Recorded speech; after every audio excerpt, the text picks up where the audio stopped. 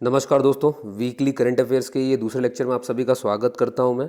और आज हम इसमें कवर करेंगे 6 जून से लेकर के 13 जून तक के सारे इंपॉर्टेंट करंट अफेयर जो अपने डिफरेंट एग्जाम्स में आ सकते हैं, है ना। सिर्फ उन्हीं पर बात करेंगे जो इंपॉर्टेंट है, बाकी इसे तो बहुत कुछ होता है, आपको पता ही है। चलिए स्टार्ट करते हैं दोस्तों। सबसे पहले आपको दिख रहा है कि पीएम स्वनिधि से क्या तात्पर्य है। तो आपको ध्यान ये रखना है कि पीएम तो आपको पता है प्रधानमंत्री है, ये स्वनिधि क्या है। तो इसका फुल फॉर्म ध्यान रखिए। स्वनिधि में एस का मतलब होता है स्ट्रीट, वी का मतलब है वेंडर्स, है ना, और ए का मतलब यहाँ पर देख रहे हो, ये स्व, एस वी ए अलग कर दीजिए बस, और ये है आत्मनिर्भर, और ये रहा निधि।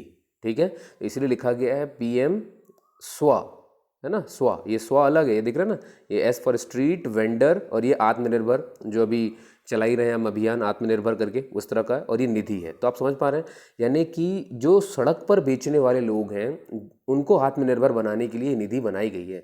तो ये कैसे है दोस्तों, इसमें क्या कहा गया है ना, फुल फॉर्म तो आपको समझ में आ गया।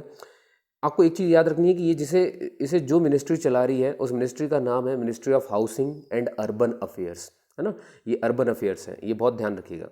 इसके तहत हो क्या रहा है दोस्तों, लॉकडाउन से पहले जो लोग बेचारे रोड के किनारे किनारे फल सब्जियां बेचते थे, या जो नाई है जो बाल वगैरह काटते थे, तो इनकी तो खुद से ही चलती थी दुकान, और इतने लंबे समय का लॉकडाउन इनको बिल्कुल कमर तोड़ हो गया होगा, कोई पैसे नहीं कुछ नहीं। तो इनकी मदद करने के लिए, है ना, बिना गारंटी के 10,000 रुपये दे रहे हैं इन्हें, ठीक है, इनको, ताकि ये वापस से उस चीज़ को रिकवर कर सके। ठीक है, लॉकडाउन के बाद, ये याद रखिएगा सिर्फ उन्हीं के लिए है जो लॉकडाउन के पहले ये सब्जी बेचने वाले, फल बेचने वाले, रोड के किनारे, साफ साफ लिखा हुआ रोड के किनारे, क्यों, क्योंकि स्कीम का ही नाम है स्ट्रीट वेंडर, सड़क पर बेचने वाले लोग, है ना। तो उनके लिए निधि बनाई गई है, और बिना गारंटी के इन्हें 10,000 रुपये मिल जाएगा, है ना, लोन मिल जाएगा। ये बात क्लियर रखिएगा दोस्तों। अगली चीज़ आप देख रहे हो, बार बार एमएसएमई के लिए आ रहा है ना। एमएसएमई की नई डेफिनेशन आ चुकी है, जिसमें आपने देख ही लिया है कि माइक्रो इंडस्ट्रीज़ अब उन्हें कहेंगे जिनका इन्वेस्टमेंट 1 करोड़ का होगा और टर्नओवर जो रहे वो 5 करोड़ का होगा, है ना। अगर ऐसी कोई भी छोटी सी कंपनी, तो उसे माइक्रो में डाला जाएगा। स्मॉल इंटरप्राइजेज उन्हें कहा जाएगा जो भैया 10 करोड़ का जिनमें इन्वेस्टमेंट हो, मतलब मान लो आपने कोई कंपनी खोली है और इसमें इन्वेस्टमेंट 10 करोड़ तक का है, और आपका जो टर्नओवर साल का आया वो 50 करोड़ का है, तो आपको स्मॉल इंडस्ट्री की कैटेगरी में डाला जाएगा। मीडियम उन्हें कहेंगे जिन पर इन्वेस्टमेंट, जिन कंपनियों में इन्वेस्टमेंट 50 करोड़ का है और वो कंपनियां साल में इतना कमा रही हैं 250 करोड़, तो इन्हें मीडियम इंटरप्राइजेस कहेंगे। तो ये डेफिनेशंस आई हैं, तो ये आपको ध्यान रखना है कि माइक्रो के लिए एक है ना, तो माइक्रो के लिए 1 करोड़ है, स्मॉल के लिए 10 करोड़ है, मीडियम के लिए 50 करोड़ है, तो 1, 10, 50 याद रखिएगा इस तरह से। और सबसे इंपॉर्टेंट चीज़ ये कि भाई इतना क्यों शोर हो रहा है, क्योंकि जीडीपी में इनका जो प्रतिशत है ना हमारे अर्निंग में, वो 29% है। क्लियर दोस्तों। और कुछ आंकड़े बिल्कुल याद रखिए, जीडीपी में कितना प्रतिशत है, 29%। ये हमारे देश में है कितने एमएसएमई लगभग, तो मतलब ये मीडियम स्मॉल वाले कितने हैं ये टोटल, तो ये हमारे पास 6 करोड़ एमएसएमई है लगभग याद रखिए, 6 करोड़ डिजिट याद रखिए। और कितने रोजगार देते हैं ये, 11 करोड़ लोगों को रोजगार देते हैं। 6 करोड़ एमएसएमई, ये छोटी छोटी कंपनियां जिसमें मीडियम भी है, स्मॉल भी है, माइक्रो भी है ना, ये 6 करोड़ है और ये 11 करोड़ लोगों को रोजगार देती है, और डेफिनेशन आपको पता है। ठीक है दोस्तों, चलिए आगे चलते हैं। हाल ही में सेबी ने, सभी को मालूम है ना सेबी का मतलब security and exchange board of India, ठीक है, ये नियामक है। क्या नियामक करती है, क्या डायरेक्ट करती है, जो एनएसई है हमारा नेशनल स्टॉक एक्सचेंज, और जो बीएसई है हमारा, है ना, बॉम्बे स्टॉक एक्सचेंज, इनमें बहुत सारी कंपनियां लिस्टेड होती हैं, है ना। जो कंपनी यहाँ पे लिस्ट होगी उसके शेयर बेचे और खरीदे जा सकते हैं। तो कुछ एनएसई में होते हैं और कुछ बीएसई में होते हैं, है ना, आपको पता ही होगा ये बात।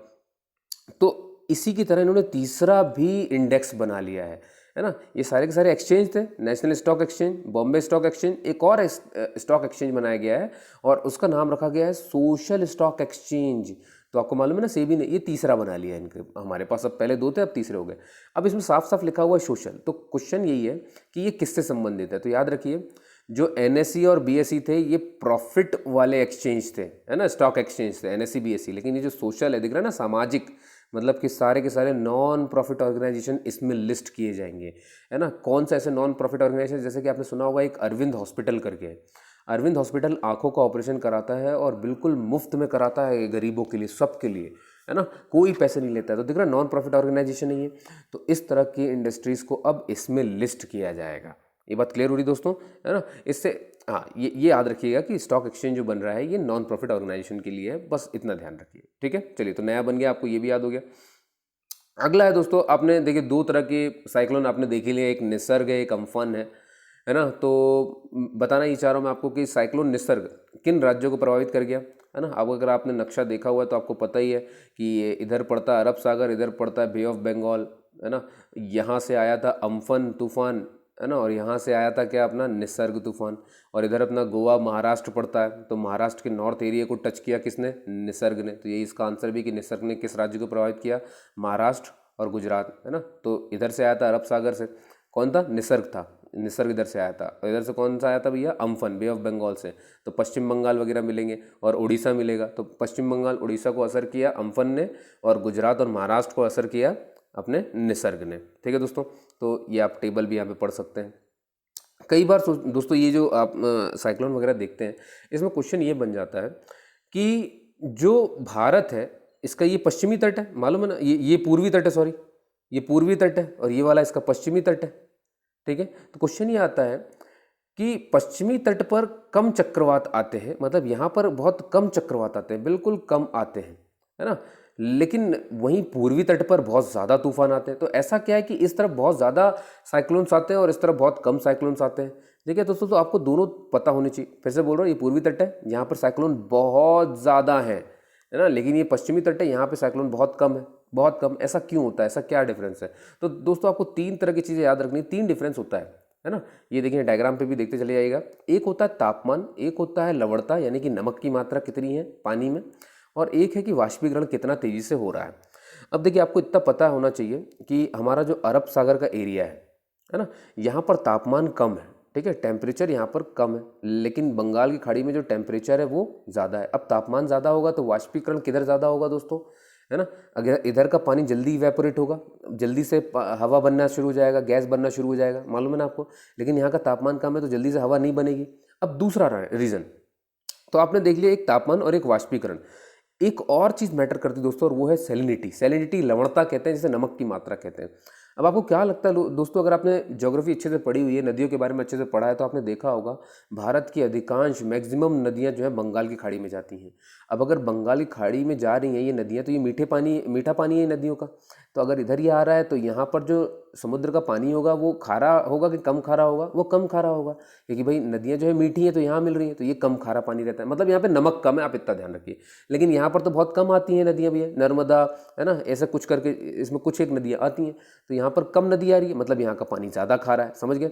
अब खारा होने और ना होने से क्या फ़र्क पड़ता है, देखिए अगर इस तरफ नमक ज़्यादा है तो नमक होता है क्रिस्टल यानी कि सॉलिड, समझ गए ना। अब आप मुझे बताइए, अगर इधर सॉलिड जो है ज़्यादा होगा तो सॉलिड जल्दी इवेपोरेट होता है कि पानी जल्दी इवेपोरेट होता है ना भाई। क्रिस्टल यानी नमक की बात है, नमक अगर इधर कम है क्योंकि नदियों का पानी इधर ज़्यादा है, तो क्रिस्टल यहाँ कम है, सॉलिड कम है, लिक्विड ज़्यादा है, समझ पा रहे हैं, इसीलिए जल्दी इवेपोरेट हो जाता है और जल्दी जल्दी तूफान बन जाता है।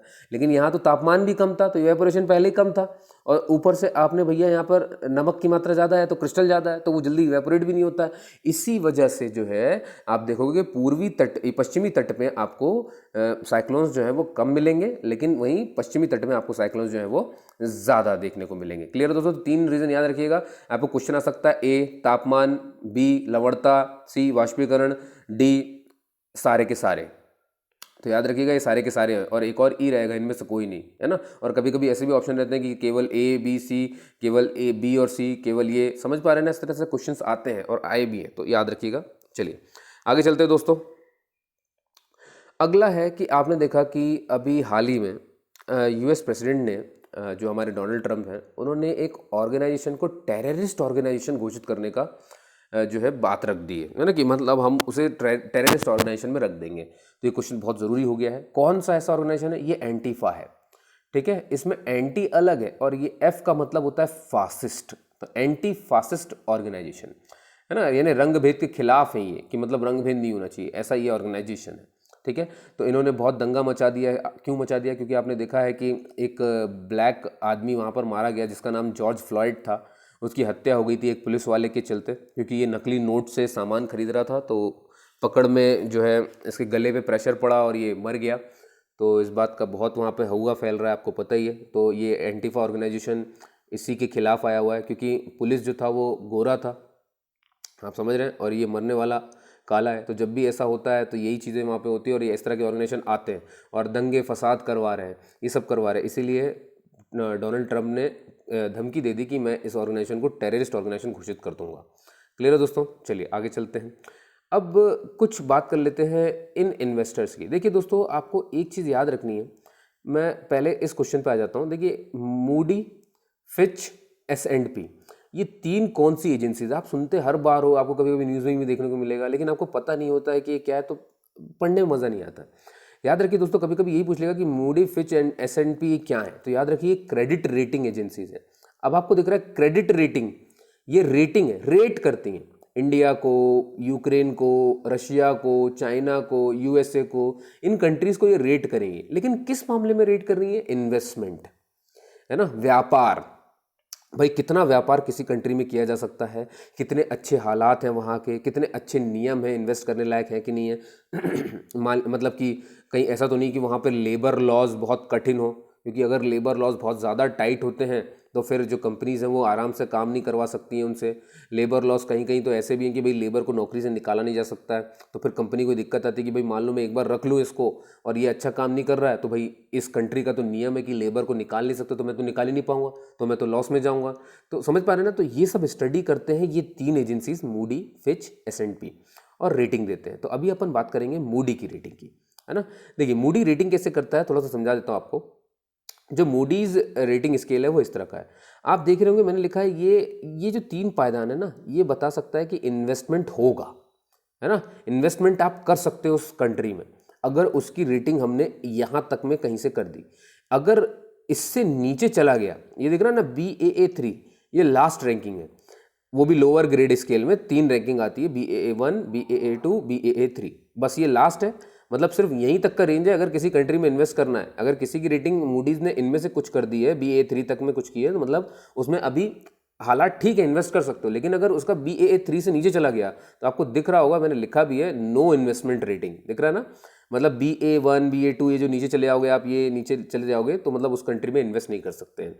ठीक है, तो अब देखते हैं इंडिया को रैंकिंग क्या मिली। इंडिया को रैंकिंग जस्ट ये देखिए, नो इन्वेस्टमेंट से जस्ट ऊपर की रैंकिंग BAA3 दी गई है भैया, है ना। ये रखा गया, मतलब कौन सा ग्रेड है? Lower medium grade. मतलब चलो इतने कोरोना के बाद भी अभी इतने आसार हैं कि इंडिया में इन्वेस्ट किया जा सकता है, समझ गया ना। तो ये रेटिंग स्केल सभी व्यापारियों को ये मैसेज देती है दुनिया भर के, जो इसीलिए वो इसको देखते हैं। दोस्तों याद रखिए, ऐसा नहीं कि मोदी जी बोल देंगे कि आ जाइए तो आ जाएंगे, वो ये सब देख के आएंगे भैया, कोई अपना लॉस नहीं करवाएगा। इसीलिए एजेंसीज बनाई गई हैं। ये एजेंसीज फिर स्केल देती हैं कि भैया अच्छा हाँ यहाँ पे है, तो अब उनको लगेगा कि हाँ चलो ठीक है, इतना भी गिरा हुआ नहीं है, अभी हो सकता है काम हो जाएगा, है ना।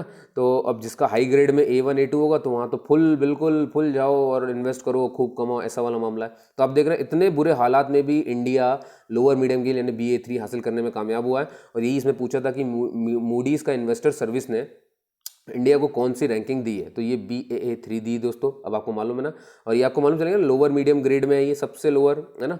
और मतलब यहाँ पर अभी इन्वेस्टमेंट किया जा सकता सबसे लास्ट, इसके बाद अगर गिरे, बस एक ही स्टेप था, नीचे जाते इन्वेस्टमेंट नहीं हो सकता था। क्लियर है दोस्तों? तो आप समझ चुके होंगे क्रेडिट रेटिंग एजेंसीज के बारे में। चलिए आगे चलते हैं। अगला है दोस्तों आयुष मंत्रालय। आप सभी जानते हैं डॉक्टरी से संबंधित, इलाज से संबंधित सारा ये हमारा मंत्रालय बनाया गया है। इसने हाल ही में किस मेडिसिन यानी किस दवा को रिकमेंड किया था कोविड-19 के खिलाफ कि इम्यूनाइजेशन यानी प्रतिरोधकता, जिसे हम कहते हैं प्रोफाइलैक्टिक, डेवलप करने के लिए? मतलब कौन सी दवा इन्होंने, आयुष मंत्रालय ने सजेस्ट कर दी है कि भैया ये ले लो, आप प्रतिरोधकता जो है बढ़ा पाओगे। तो ये है आर्सेनिकम एल्बम 30, ये दवा है।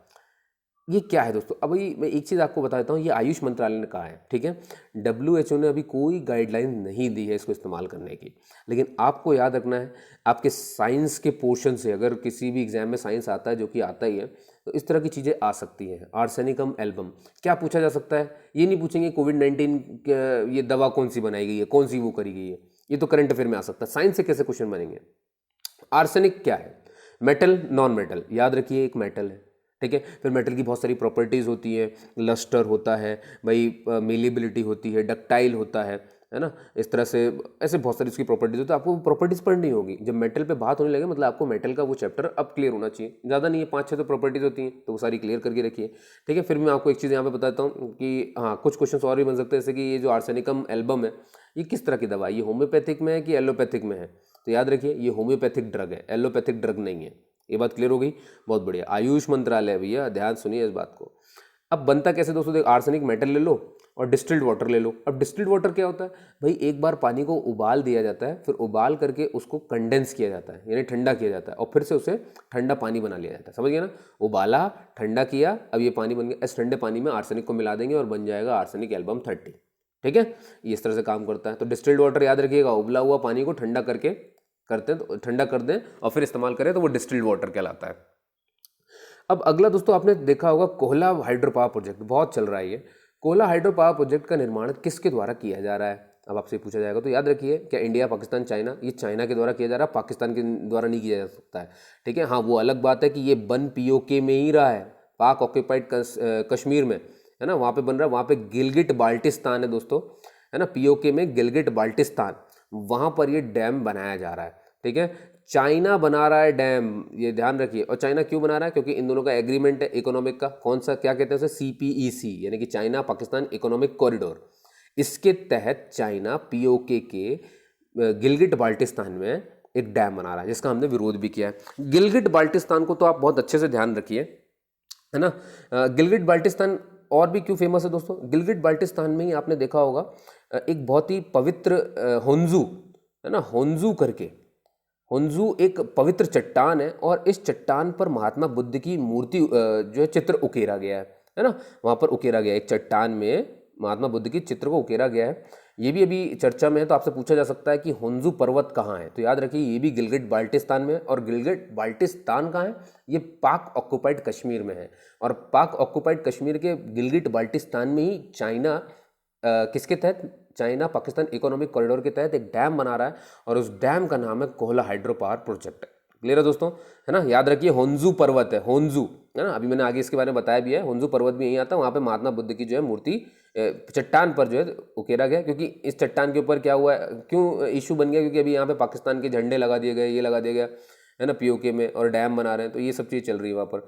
और अब आप बोलेंगे सर डैम बन रहा है तो किस नदी पर बन रहा है, तो ये बन रहा है झेलम नदी पर। तो पूछा जा सकता है colon power hydro power project किस नदी पर बन रहा है, झेलम, वितस्ता, है ना, हाइडेस पीस भी कहते हैं, सिकंदर और पोरस की लड़ाई भी हुई थी इसमें।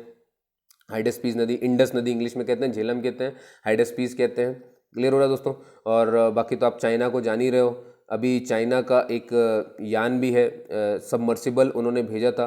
कहाँ भेजा था भैया, फिलीपींस के पूर्व में आप जाओगे, प्रशांत महासागर में मैरियाना गर्त पड़ता है, मैरियाना ट्रेंच, उसकी 10,000 मीटर यानी 10 किलोमीटर के आसपास, 10,000 मीटर के आसपास ये सबसे गहरा पॉइंट है। आपको मालूम है ना पूरी पृथ्वी का, मैरियाना गर्त, यहाँ वो 4 बार वो 10,000 की 10,000 के नीचे जा चुका है। चाइना का बनाया हुआ सबमर्सिबल यान जिसे कहते हैं हॉइडू, ठीक है ना, चाइना का सबमर्सिबल यान है जो 10,000 मीटर 4 बार गया दोस्तों, और ये अब तक का सबसे पहला ऐसा है। हाइडू नाम है उस यान का, बिल्कुल याद रखिए। और इनकी मैक्सिमम हाइट 10,006 है, 10,006 तक इनका जो यान है हाइडू नाम का चाइना का, वो नीचे जा चुका है। तो देख रहे हैं आप चाइना टेक्नोलॉजी में कितना आगे जा चुका है। वो नीचे जा करके सारे प्राकृतिक चीज़ों के बारे में पढ़ना चाहते हैं, और ख़ास तौर पे मैरियाना गर्त की खोज करना ही चाहते थे। तो 10,000 मीटर तक गए, और एक बार नहीं 4 बार गए, और 10,000 में 4 बार में वो सबसे नीचे जो गहराई उन्होंने टच करी वो 10,006 की है। बात समझ में आ रही है आपके दोस्तों। सब लेके गए थे बिल्कुल, एचडी कैमरा, सब सॉइल स्टडी के लिए मटेरियल सब लेके गए वहाँ पे, सब वहाँ पर उन्होंने स्टार्ट किया था। ठीक है दोस्तों, चलिए उसके बारे में आगे बात करेंगे अपन। अगला दोस्तों, किस देश ने हाल ही में VFA यानी कि विजिटिंग फोर्स एग्रीमेंट को यूएसए के साथ बनाए रखने का स्टेप लिया है ना। किस देश ने ऐसा किया। विजिटिंग फोर्स एग्रीमेंट होता क्या है, पहले तो आपको ये पता होना चाहिए, तब तो आपको ये मालूम चले किस देश ने इसे बनाए रखने के लिए कहा। मतलब बनाए रखने का मतलब क्या, मतलब उसने बीच में हटने के लिए कहा था कि हम नहीं कर रहे हैं, लेकिन उसने वापस कह दिया कि नहीं अब हम मान रहे हैं। तो ये कौन कर रहा है ऐसा। देखिए VFA होता क्या है, साफ साफ लिखा है ना, विजिटिंग फोर्स, फोर्स मतलब हो गई सेनाएं, है ना। तो हम विजिट करते हैं, सेनाएं लेकर के विजिट कर सकते हैं उस देश में, एग्रीमेंट है। तो ये 2 देशों के बीच में एग्रीमेंट हो सकता है, कोई भी 2 देश एग्रीमेंट कर सकते हैं। इससे होगा क्या कि एक देश अपनी आर्मी के ऑपरेशंस दूसरे देश में चला पाएगी, है ना। दूसरे देश में मतलब जैसे मान लो कि मैं चाहता हूँ कि भैया ये फलाना कंट्री है, ये इस एरिया में ना आ पाए, तो ये एरिया में ना आ पाए, इसके लिए ज़रूरी कि इस कंट्री में मेरी फोर्स पहुँच जाए, तो ये VFA एग्रीमेंट बनाया गया है। ठीक है, तो ये अभी किसकी बात हो रही है, तो इनने पूछा है किस देश ने बनाए रखने का कहा है, तो ये है भैया फिलीपींस। फिलीपींस अभी बताया था ना मैंने, इसके पूर्व में आप चले जाओगे, प्रशांत महासागर में मैरियाना गर्त है, हॉइडू नाम का गया है, 10,000 बार गया, सॉरी 10,000 मीटर की जो निचाई है उसकी, वहाँ पर वो 4 बार जा चुका है ना, ये मैंने आपको बताया। तो वही फिलीपींस ने अभी बोला है कि विजिटिंग फोर्स को हम बनाए रखेंगे। तो किस देश के साथ बनाए रखेंगे? अमेरिका के साथ। अब फिलीपींस है कहाँ दोस्तों? आपको थोड़ा सा लोकेशन पता हो जाए तो ये क्लियर हो जाएगा। तो आप देख रहे हैं चाइना, तो आप सभी ने देखा है, चाइना के यहाँ नीचे जस्ट ताइवान है, ताइवान के लिए चले जाओ, फिलीपींस मिल जाएगा। क्लियर है दोस्तों? और फिलीपींस के यहाँ पूर्व में ही आपको मैरियाना गर्त मिल जाएगा। तो ये देखिए फिलीपींस दिख रहा है ना, फिलीपींस किसके आसपास है? चाइना के आसपास है। तो फिलीपींस क्या हुआ था कोरोना से पहले, अभी चाइना फ्रेंडली हो रहा था थोड़ा सा, ये है नहीं, ध्यान रखिए। फिलीपींस हालांकि यूएसए फ्रेंडली है, लेकिन क्योंकि अभी चाइना पड़ोस में है तो थोड़ा सा इन्फ्लुएंस हो रहा था, और इस इन्फ्लुएंस के चलते चाइना ने बोला होगा भाई अमेरिका से रिश्ते खत्म करो, तो इनने तुरंत बोल दिया कि वीएफए हम खत्म कर रहे हैं, है ना। अब वीएफए खत्म हो जाएगा तो अमेरिकी सेना को यहाँ से जाना पड़ेगा। लेकिन अब फिलीपींस ने चाइना को कोविड के चलते देखते हुए कि भाई इसकी हरकत ऐसी है और ये इतना सारा फैला रहा है, तो फिलीपींस थोड़ा सा समझ गया और उसने बोला कि नहीं अभी हम वीएफए खत्म नहीं कर रहे हैं। इसका मतलब ये कि अमेरिका की सेना यहाँ बनी रहेगी और चाइना पर दबाव बना सकेगी, है ना। अगर यहाँ सेना हट गई तो दबाव नहीं बना पाएगी। ये बात क्लियर हो रही ना। तो अभी फिलीपींस ने कहा है कि अभी वीएफए बना रहेगा। क्लियर हुआ दोस्तों, है ना, बहुत बढ़िया। और ये रहा, ये होन्जू रॉक के बारे में मैंने आपको बता ही दिया था अभी थोड़ी देर पहले। होन्जू रॉक पवित्र चट्टान कहाँ स्थित है? अब आपको मालूम है गिलगिट बाल्टिस्तान पीओके में है, ठीक है। इस चट्टान पर बुद्ध की आकृति बनी हुई है, ये आपने देख लिया है। अगला सवाल है दोस्तों, हाल ही में फिनलैंड में भारत का नया राजदूत किसे बनाया? देखिए फिनलैंड की बात कही गई है, और ये राजदूत मैंने पिछले वीडियो में अगर आपने देखा होगा 31 मई से लेकर के 5 जून, ये मेरा पहला वीडियो था वीकली करंट अफेयर्स पर, तो उसमें मैंने आपको बताया है कि एक एक इंडिया दो तरह के नियुक्त करता है। हमारे जितने भी आईएफएस अधिकारी होते हैं ना, दो तरीके से नियुक्त करता है। आप देखेंगे कुछ को हाई कमिश्नर नियुक्त करते हैं किसी देश में, और कुछ को हम बोलते हैं कि एम्बेसडर हैं ये किसी देश में। अब बात है कि ये दोनों ही तो आईएफएस अधिकारी हैं, इंडियन फॉरेन सर्विसेज के हैं, यूपीएससी एग्जाम निकाल करके आए हुए। तो कुछ को हमने उच्च आयुक्त, हाई कमिश्नर का मतलब हिंदी में उच्च आयुक्त कहते हैं, तो कुछ देश में हम उन्हें ये उच्च आयुक्त बना के भेजते हैं, और कुछ देश में हम उन्हें एम्बेसडर बना के देखते हैं। क्या एम्बेसडर और उच्च आयुक्त में अंतर होता है? कोई अंतर नहीं होता, दोनों एक होते हैं। तो फिर उच्च आयुक्त नाम क्यों है? देखिए दोस्तों, जहां जहां ब्रिटेन ने राज किया है, इंडिया में भी इंक्लूड करके, उन देशों को एक ग्रुप बनाया गया और उसी ग्रुप का नाम रखा गया कॉमनवेल्थ, है ना। आपने देखा हो कॉमनवेल्थ गेम्स होते हैं तो ये इन्हीं कंट्रीज के लिए होते हैं। जहां जहां ब्रिटेन ने राज किया था उनका ग्रुप बना है कॉमनवेल्थ। इंडिया पे भी राज किया था तो इंडिया भी कॉमनवेल्थ का हिस्सा है, ठीक है। तो जब इंडिया इन कॉमनवेल्थ कंट्रीज में अपने आईएफएस अधिकारियों को भेजता है तो उसे हाई कमिश्नर नियुक्त करता है वहां। और जब कॉमनवेल्थ के अलावा, मतलब इसमें जो आने वाली कंट्रीज है इनके अलावा कहीं भेजेगा तो वहां पे उसे एम्बेसडर, यानी हिंदी में राजदूत कहते हैं। ये क्लियर हो गया? मैं फिर से रिपीट करता हूं, अगर कॉमनवेल्थ कंट्रीज उनका ग्रुप जहां पे ब्रिटेन ने राज किया था, अगर इंडिया इन कॉमनवेल्थ कंट्रीज में किसी आईएफएस अधिकारी को नियुक्त करता है अपना रिप्रेजेंटेटिव बना करके, तो उसे हम कहते हैं हाई कमिश्नर, हिंदी में उच्च आयुक्त। लेकिन अगर हम कॉमनवेल्थ कंट्रीज के अलावा किसी और कंट्रीज में अपने आईएफएस अधिकारी को इंडिया का रिप्रेजेंटेटिव बना करके भेजते हैं तो वहां पर हम उन्हें कहते हैं एम्बेसडर, यानी कि हिंदी में राजदूत। ये बात क्लियर है दोस्तों, है ना, बात एक ही है, इतना है। तो अभी हम बात कर रहे हैं फिनलैंड में, और हमने क्या भेजा है? राजदूत, एम्बेसडर। तो आप समझ गए होंगे कि ये कॉमनवेल्थ कंट्री नहीं है, इसीलिए ये राजदूत यानी एम्बेसडर है रवीश कुमार। ये बात क्लियर होगी, आप अच्छे समझ चुके हैं शायद। चलिए आगे चलते हैं। पीएम ने किसे वर्ल्ड बैंक के कार्यकारी निदेशक का वरिष्ठ सलाहकार नियुक्त किया है? देखिए कार्यकारी निदेशक नियुक्त नहीं किया है ना, कार्यकारी निदेशक का वरिष्ठ सलाहकार किसे नियुक्त किया गया? तो ये है राजीव टोपना, ठीक है। रवीश कुमार फिनलैंड के एम्बेसडर बनाए गए हैं और राजीव टोपना वर्ल्ड बैंक के कार्यकारी निदेशक के वरिष्ठ सलाहकार नियुक्त किए गए हैं। क्लियर दोस्तों? चलिए बहुत बढ़िया, दो नाम याद रखिए, राजीव टोपना जी का इन सबका। अब आता है विश्व साइकिल दिवस। देखिए मैंने आपको कुछ बताया था कि 1 जून को, है ना, क्या मनाते हैं? वर्ल्ड पेरेंट्स डे, क्योंकि माता पिता एक ही होते हैं, एक ही हैं वो हमारे लिए, तो 1 जून को हम मनाते हैं वर्ल्ड पेरेंट्स डे। फिर सीधे 3 चले जाओ, 3 जून को भाई माता पिता हो गए 2 से 3, तो 3 हो गए, तो अब तीनों के तीनों साइकिल चला रहे हैं तो ये वर्ल्ड साइकिल डे है, ठीक है। फिर आ जाओ, अब इन सब ने साइकिल चलाई 2 दिन और, तो 5 तारीख आ गई, तो साइकिल चलाने से धुआं नहीं निकला, तो धुआं नहीं निकला तो आपने इन्वायरमेंट बचा लिया, इसलिए हमने बना लिया 5 जून को वर्ल्ड इन्वायरमेंट डे। ये बात क्लियर हुई दोस्तों, है ना। तो यही लिखा हुआ है, देखो 30 जून को हमने क्या बनाया, दिख रहा है ना। इस तरह से हम 7 जून को क्या बनाते हैं? फूड, वर्ल्ड फूड डे, ठीक है। चलिए और बताऊंगा मैं आपको, खाना भी तो खाओगे, पर्यावरण की रक्षा करोगे तो, ठीक है। तो 7 जून को आपने कर लिया। तो 3 जून को हम मनाते हैं क्या? साइकिल, 3, ठीक। चलिए बढ़िया। केरल की पहली महिला डीजीपी किसे नियुक्त किया गया है? भैया डीजीपी बहुत इंपॉर्टेंट है, केरल की पहली है ये महिला, और आपको बिल्कुल पता होना चाहिए, आर श्रीलेखा है ये। क्लियर है दोस्तों? बढ़िया। अब देखिए दोस्तों, एक होता है हमारा राजीव गांधी खेल रत्न और एक होता है हमारा अर्जुन अवार्ड, तो ये दोनों खेल से जुड़े हुए हैं। तो बीसीसीआई, है ना, बीसीसीआई यानी कि भारतीय क्रिकेट बोर्ड संघ, ये 2020 में यही लोग नाम देते हैं कि भैया इसको मिलना चाहिए राजीव गांधी खेल रत्न पुरस्कार और इसे मिलना चाहिए अर्जुन पुरस्कार। तो सवाल ये कि किसको इन्होंने राजीव गांधी पुरस्कार के लिए नामांकित किया है और किसे अर्जुन अवार्ड के लिए किया है। तो क्वेश्चन ये है कि किसे राजीव गांधी पुरस्कार के लिए नामांकित किया है, इन्होंने किया है रोहित शर्मा को, ठीक है। और एक बात याद रखिए, हमारे भारत का सबसे बड़ा खेल का प्राइज कौन सा है, वो है राजीव गांधी खेल रत्न। आपसे ये भी क्वेश्चन आ सकता है, भारत का सबसे बड़ा खेल प्राइज कौन सा है, तो वो है राजीव गांधी पुरस्कार, है ना, राजीव गांधी खेल रत्न पुरस्कार है, ये सबसे बड़ा होता है। अब इसके बाद आता है भैया अर्जुन अवार्ड। अर्जुन अवार्ड के लिए किस किस को नामांकन किया बीसीसीआई ने, भाई राजीव गांधी के लिए तो रोहित शर्मा को कर दिया। अर्जुन अवार्ड के लिए 3 नाम उन्होंने नामांकित किए हैं, याद रखिए, एक ईशांत शर्मा, दीप्ति शर्मा, शिखर धवन, ठीक है। ईशांत शर्मा, दीप्ति शर्मा, शिखर धवन, ये शर्माओं का तो अभी बिल्कुल चल ही रहा है। ईशांत शर्मा, दीप्ति शर्मा, शिखर धवन, ये कौन है, ये भी अर्जुन अवार्ड के लिए नामांकित हुए। राजीव गांधी के लिए रोहित शर्मा हुए, तो आर राजीव रोहित क्लियर ही है आपको। अब देखिए दोस्तों, कुछ बात कर लेते हैं मिशंस की राज्य वाइज जो चल रही हैं। ये चल रहा है मिशन फतेह, है ना। मिशन फतेह किस राज्य ने शुरू किया है, तो ये पंजाब ने शुरू किया है, ठीक है दोस्तों, है ना, याद रखिए। ऐसी एक है पंचवटी योजना, पंचवटी हिमाचल प्रदेश ने शुरू करी हुई है। एक है स्पंदन योजना, ये छत्तीसगढ़ ने शुरू की हुई है। तो अभी आपको इन योजनाओं के बारे में बताऊंगा, पहले अपन बात कर लेते हैं मिशन फतेह, है ना। देखिए स्पंदन योजना के बारे में भी बताऊंगा। स्पंदन योजना छत्तीसगढ़ की योजना है ना, छत्तीसगढ़ ने इसे चलाया हुआ है। स्पंदन योजना क्यों चलाया, अभी हाल ही में आपने देखा होगा वहाँ पर कई पुलिसकर्मियों ने जो है आत्महत्या कर ली। 50 पुलिसकर्मियों ने करीब करीब आत्महत्या कर ली है, और आत्महत्या की है, मतलब 2 सालों का पैरामीटर देखा गया है। और कुछ पुलिसकर्मियों ने अपने ही साथियों पर हमला तक कर दिया है। तो ये सब क्यों कर रहे हैं, क्योंकि उनको कहीं ना कहीं टेंशन है, कुछ है ना, कोई प्रेशर है, कुछ है। तो इस बात की जांच करने के लिए उन्होंने वहाँ पर स्पंदन जो है कैंप चलाया हुआ, एक कैंप चल रहा है स्पंदन में ना। इसमें उनकी पुलिस वालों की मानसिक स्थिति ये सब जांची जाएगी, उनका अवसाद जांचा जाएगा, क्या लेवल है, क्यों है इतना अवसाद, क्यों इतने प्रेशर में है ये, भाई ऐसा क्यों हरकत कर रहे हैं, आत्महत्या कर रहे हैं, अपने साथियों पे हमला कर रहे हैं। तो उसकी जांच के लिए छत्तीसगढ़ में हुआ है दोस्तों, ये याद रखिए। और वहाँ चल रहा है स्पंदन कैंप, है ना, ये ध्यान रखिएगा। और पंचवटी जो है, मैंने आपको कहा हिमाचल प्रदेश में चल रहा है। ये पंचवटी अपने बुजुर्ग नागरिकों के लिए पार्क वगैरह डेवलप करेगा ताकि उनका स्वास्थ्य अच्छा रहे।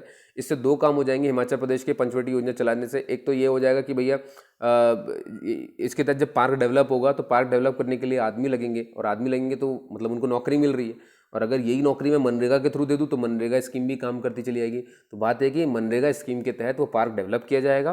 पार्क डेवलप हो गया तो उन बंदों को नौकरी मिल गई और उन्हें पैसे मिल गए, एक काम ये हो गया। और हमारे उस दूसरा फायदा हो गया कि पंचवटी योजना चल गई, भाई बुजुर्गों के लिए पार्क अच्छा बन गया, अब वो स्वस्थ रहेंगे, समझ गए। तो पंचवटी योजना हिमाचल प्रदेश की बुजुर्गों के लिए, स्पंदन योजना छत्तीसगढ़ की पुलिस वालों के मानसिक संतुलन से जुड़ी हुई है, उनके जांच पड़ताल के लिए। और मिशन फतेह पंजाब की योजना है, ठीक है। इसमें क्या है, मिशन फतेह में ये है कि भैया पंजाब जो है कोविड-19 की जागरूकता फैलाएगा, ठीक है दोस्तों। चलिए आगे चलते हैं। अगला है कि भारतीय उद्योग परिसंघ, है ना। देखिए ये उद्योग है, इंडस्ट्री वाला है। तो कन्फेडरेशन ऑफ इंडियन इंडस्ट्री, इसका अध्यक्ष किसे नियुक्त किया गया, इंपॉर्टेंट है। ये बनाया गया उदय कोटक को, बिल्कुल याद रखिएगा नाम, है ना, बिल्कुल याद रखिएगा। और वहाँ पर जो मैंने आपको बताए हैं वो सारे राजदूत वगैरह वो भी याद रखिए।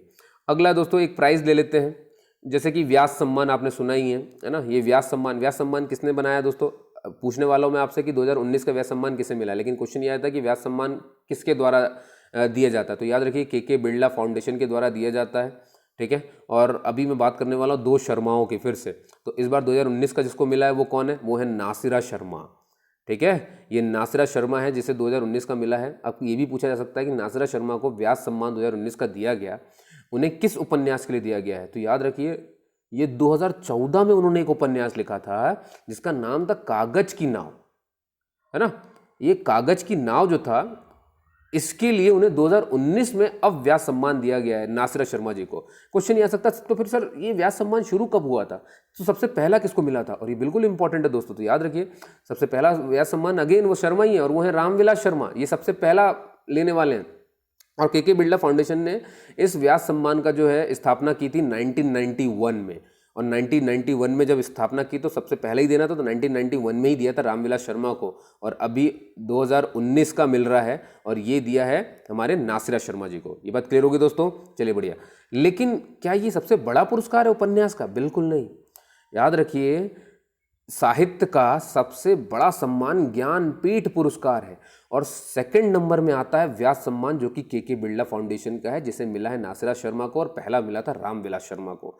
स्टार्ट किया था 1991 में। ठीक है, पहला पूछा जाए, पहला साहित्य सबसे बड़ा, सॉरी पहला बोल रहा हूँ, सबसे बड़ा साहित्य सम्मान कौन सा है, तो वो है ज्ञानपीठ। सेकंड नंबर पे आता है व्यास सम्मान। ये बात क्लियर है दोस्तों? चलिए बढ़िया। अब एक रिपोर्ट की बात कर लेते हैं। एक है मर्सर रिपोर्ट दोस्तों, मर्सर बिल्कुल याद रखिए नाम, मर्सर, वर्ष 2020।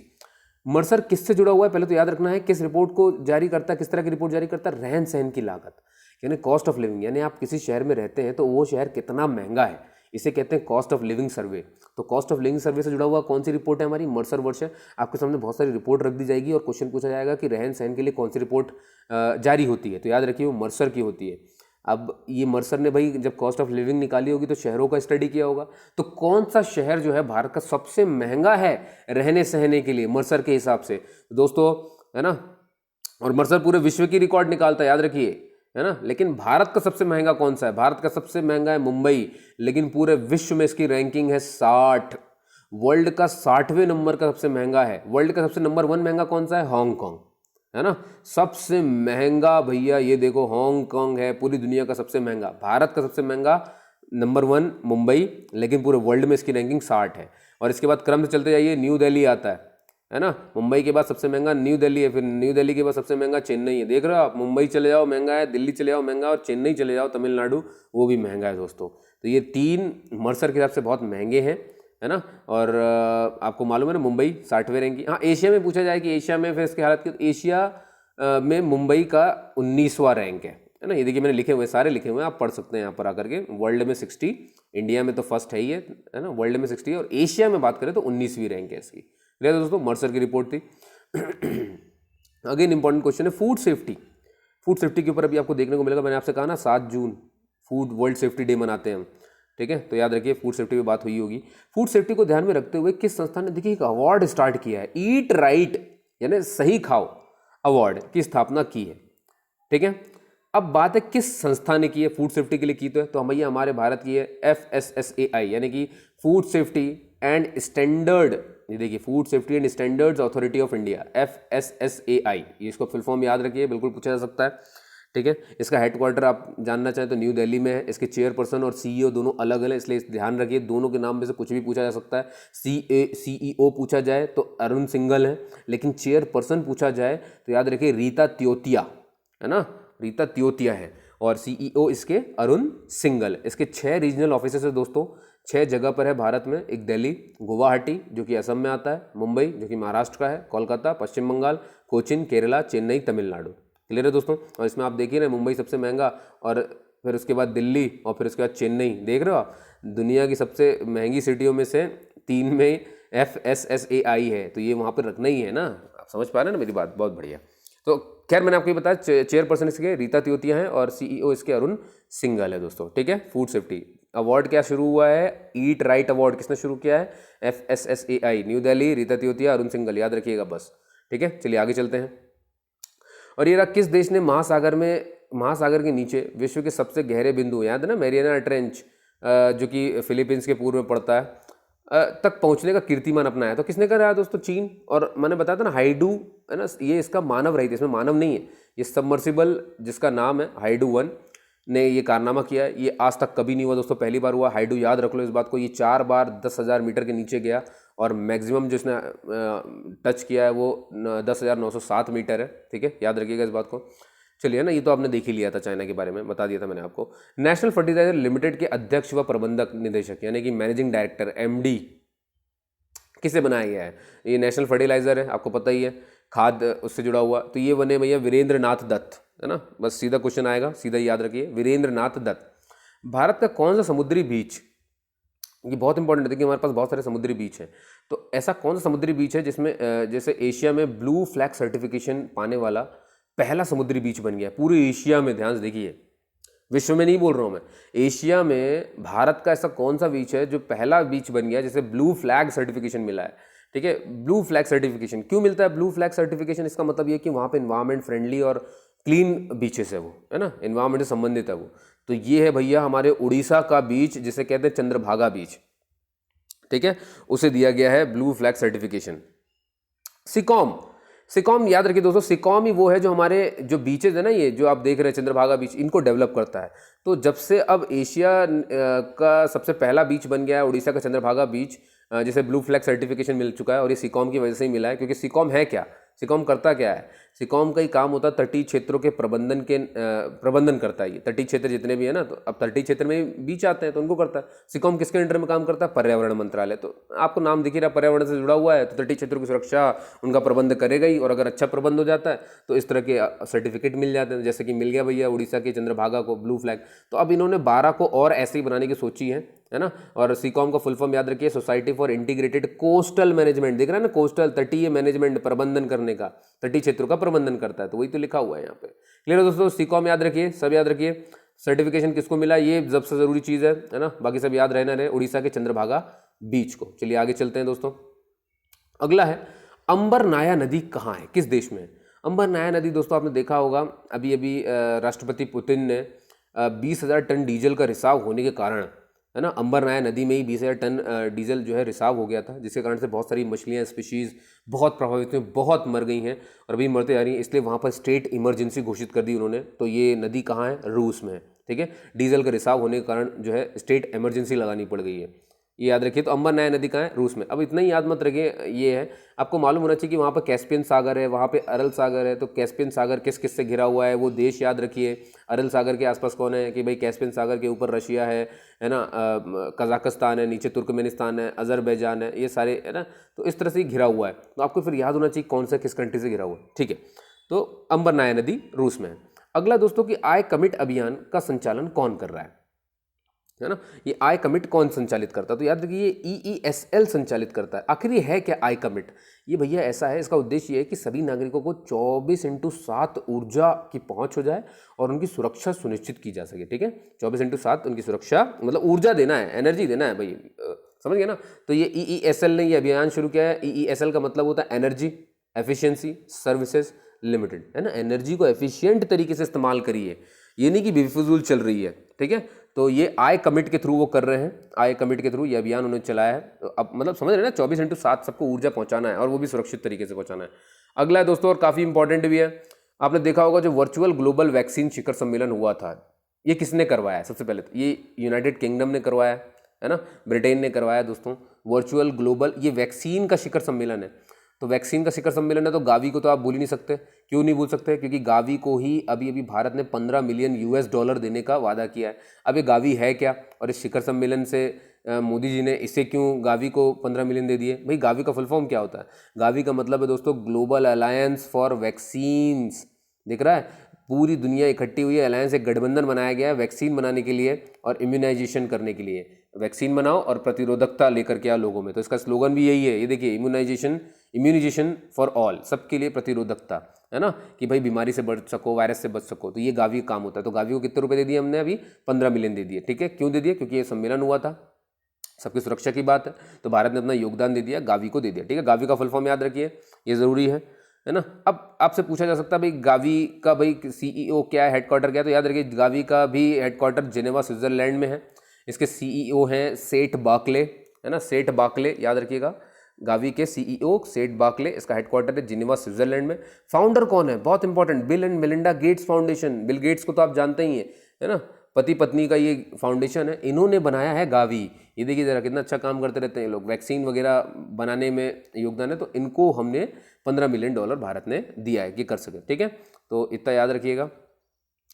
अगला है दोस्तों क्वेश्चन कि पर्यावरण वन जलवायु परिवर्तन मंत्रालय, ये देखिए मंत्रालय का नाम बड़ा कठिन हो जाता है। पर्यावरण वन और जलवायु परिवर्तन मंत्रालय ने अगले 5 वर्षों में 200 नगर वन विकसित करने की बात कही है। आप देख रहे हो, 200 नगर वन विकसित करने की बात, ये नगर वन है दोस्तों, 200 बनाएंगे। बात है कि इसकी प्रेरणा इस मंत्रालय ने ली किससे है, तो ये बहुत इंपॉर्टेंट हो गया। इसकी प्रेरणा ली गई है महाराष्ट्र से, और महाराष्ट्र में एक स्कीम चलाई गई थी, वारजे शहरी वन स्कीम। वारजे शहरी वन स्कीम बहुत इंपॉर्टेंट है दोस्तों, आपको बिल्कुल याद होना चाहिए। और महाराष्ट्र ने चलाया था। क्या हुआ था इसमें, इन्होंने क्या किया, जो 16.8 हेक्टेयर की पहाड़ी भूमि थी, बंजर भूमि थी, उसको हरा भरा कर दिया। ठीक है, पुणे के लोगों ने, समझ पा रहे हैं ना। और इसके किसके तहत किया भैया, ये किया उन्होंने वारजे शहरी वन स्कीम के तहत। तो इसी को अब हमारे पर्यावरण वन मंत्रालय ने उठा लिया है और इसके तहत अब वो 200 नगर विकसित करने वाले हैं। तो आपको याद रखना है 200 नगर वन बनाए जा रहे हैं। वारजे शहरी वन स्कीम जो कि महाराष्ट्र की स्कीम है, जिसके तहत उन्होंने बंजर पहाड़ी के 16.8 हेक्टेयर को हरा भरा बना दिया था, है ना, हरे भरे जंगलों में बिल्कुल तब्दील कर दिया है। ये बात क्लियर है दोस्तों। अगले पे चलते हैं। अगला क्वेश्चन है दोस्तों, इंडिया अ गोल्फर्स पैराडाइज। पैराडाइज का मतलब क्या होता है? स्वर्ग। आपने एक वर्ड सुना हुआ है हेवन। हेवन का मतलब भी स्वर्ग होता है और हेवन का सिनोनिम पैराडाइज, और पैराडाइज का मतलब भी स्वर्ग होता है। किसका स्वर्ग है? गोल्फर, जो गोल्फ खेलते हैं। तो इंडिया, देख रहे हो क्या लिखा हुआ है? इंडिया अ गोल्फर्स पैराडाइज, इंडिया गोल्फरों का स्वर्ग। अब क्वेश्चन ये है दोस्तों कि ये किससे संबंधित है। तो याद रखिए, इसका उद्देश्य ये है कि हम क्या करें कि दुनिया भर के गोल्फर्स को इकट्ठा करें 365 दिन की छुट्टी के लिए। 365 दिन की छुट्टी हो और उसमें उनको भारत के जगह जगह पर घुमाया जाए, हिल्स, पहाड़ियों पे, और उनको गोल्फ खिलाया जाए। इससे होगा क्या कि जब दुनिया भर के गोल्फर आएंगे, खिलाड़ी आएंगे और हमारे भारत को घूमेंगे, तो इस चक्कर में हमारा टूरिज्म डेवलप होगा। समझ पा रहे हैं ना? ये देखिए, तो अब टूरिज्म डेवलप होगा तो आपको दिख ही रहा है, ये पर्यटन मंत्रालय का ही स्कीम है ना। क्या है पर्यटन, इसकी पूरी कहानी क्या है दोस्तों? पर्यटन मंत्रालय ने एक वेबिनार सीरीज जो है शुरू किया हुआ, इसका नाम है देखो अपना देश। आप इसे ऐसे समझ लो कि एक बुक है, उसका नाम है, जैसे अपन बोलते हैं ना हिस्ट्री की बुक, मैथ्स की बुक, तो मैथ्स की तो बुक है लेकिन अंदर चैप्टर होते हैं ना, mensuration, work and time, profit and loss, ऐसे नाम होते हैं। बस वही समझ जाओ कि इस बुक का नाम है देखो अपना देश। ठीक है, तो इन्होंने एक चैप्टर, दो चैप्टर, तीसरा चैप्टर, चौथा चैप्टर, ऐसे करके इनके नाम होंगे, चैप्टर के अलग अलग नाम होते हैं। तो देखो अपना देश बुक में अब इनका 28वां चैप्टर इन्होंने शुरू किया है और उस 28वें चैप्टर का नाम रखा गया है इंडिया गोल्फर्स पैराडाइज। समझ गए ना? इसीलिए कहा जाता है ये वेबिनार सीरीज है देखो अपना देश, और उसका ये 28वां वेबिनार है जिसका शीर्षक रखा गया है इंडियाज अ गोल्फर पैराडाइज। ठीक है, पर्यटन मंत्रालय ने शुरू किया है। इसका उद्देश्य क्या है दोस्तों? मैंने आपको बताया, देश की विरासत, संस्कृति, रीति रिवाजों, परंपराओं को बढ़ावा देना, क्योंकि वो आएंगे तो हम उन्हें जगह जगह ले जाएंगे, गोल्फ खिलवाएंगे, लेकिन गोल्फ ही नहीं खेलेंगे, उस गाँव से, उस जगह से, उस जंगल से रहने वाले सबसे मिलेंगे, तो हम इससे प्रचार कर रहे हैं अपना। ठीक है, तो ये पर्यटन मंत्रालय का, तो ये दुनिया देखेगी भाई, जब दुनिया देखेगी तो फिर वो आएगी तो हमारा पर्यटन बढ़ेगा। समझ पा रहे हैं? तो इस तरह से क्लियर है ना? मैंने जो बताया देखो अपना देश, याद रखिएगा, नाम मत भूल जाइएगा इसके चक्कर में। ये 28वां चैप्टर है, ये याद रखिए, जो अभी शुरू हुआ है ना, ये ध्यान रखेंगे। चलिए अगला है दोस्तों, पर्यावरण प्रदर्शन सूचकांक। ये देखिए, ये भी इंपॉर्टेंट हो गया भाई, यानी कि इन्वायरमेंट परफॉर्मेंस। भाई पर्यावरण में क्या परफॉर्मेंस है किस देश की, अब ये देखना है। तो ये उनका 12वां संस्करण निकाला गया है, ये 12वां हुआ है। ठीक है, अब आप देखेंगे कि पर्यावरण में किसकी क्या हालत है, ये देखना है। तो ये पर्यावरण प्रदर्शन करेगा कि किसने क्या किया 2020 के इसमें। तो भैया रैंक में आप देखेंगे सबसे नंबर 1 पे है विश्व में डेनमार्क। भाई इनकी पर्यावरण के मामले में 1 नंबर है हालत, बिल्कुल अच्छा काम किया इन्होंने। और अपने इंडिया का, इंडिया 168वीं पोजीशन पे, देख रहे हो, मतलब बिल्कुल गैर गुजरी हालत है पर्यावरण के मामले में। इंडिया और घाना दोनों एक ही रैंक शेयर कर रहे हैं और 168 रैंक है इनकी। ठीक है, एक साथ है। चलिए, और ये रिपोर्ट कौन निकालता है? ये निकालता है येल यूनिवर्सिटी। येल यूनिवर्सिटी ये यूनिवर्सिटी है, 180 देशों पर ये पर्यावरण प्रदर्शन का माप लेती है और उस हिसाब से रैंकिंग दे देती है। तो इंडिया को रैंकिंग मिली है 168। ठीक है, याद रखिएगा कौन जारी करता है environment performance? Yale University. India की रैंकिंग 168, नंबर 1 डेनमार्क, खत्म। और इंडिया के साथ कौन रैंक शेयर कर रहा है? घाना, अफ्रीका देश है, आप सभी को पता ही है। भैया वर्ल्ड फूड सेफ्टी डे कब मनाया जाता है दोस्तों? आपको पता ही, मैंने बता दिया था, 7 जून को। 1 June world parent day, 3 June world cycle day, 5 June world क्या बताया था मैंने, पर्यावरण दिवस होता है ये, है ना, एनवायरमेंट डे होता है। और 7 जून को फिर अब आप खाना भी खाएंगे, तो फूड सेफ्टी डे। इस बार की थीम याद रख लीजिए, जो थीम रखी गई है 7 जून की फूड सेफ्टी डे की, वो है food safety everyone's business. Food safety सबका बिजनेस है। ठीक है, इसे यूएन ने 2018 में मनाना शुरू किया था, है ना। तो बस याद रखिएगा इस बात को, इतना ही, और कुछ नहीं ज़रूरी है इसमें। सबसे इंपॉर्टेंट क्वेश्चन आ गया दोस्तों, वो पहला भारतीय कौन है जिसे रिचर्ड डॉकिंस पुरस्कार प्राप्त हुआ है 2020 का? पहला भारतीय, मतलब अब तक किसी भारतीय को नहीं मिला था। अभी रिचर्ड डॉकिंस पुरस्कार करता क्या? धर्मनिरपेक्ष, ऐसा बंदा जो कि धर्मनिरपेक्ष यानी कि सेक्युलर, यानी किसी भी धर्म के प्रति नहीं, सभी को लेकर के मानवता के लिए लिखता है और ज़रूरत पड़ने पर साइंटिफिक रीज़न भी दे देता है। तो ये काम किया हमारे जावेद अख्तर साहब ने और उन्हें ही मिला हुआ है रिचर्ड डॉकिंस पुरस्कार। ठीक है दोस्तों, और ये पहले भारतीय हैं जिन्हें मिला है रिचर्ड डॉकिंस पुरस्कार। याद रखिएगा, इनकी लिखावट धर्मनिरपेक्ष रही है हमेशा, कभी भी इन्होंने किसी एक धर्म के लिए कुछ नहीं लिखा हुआ है।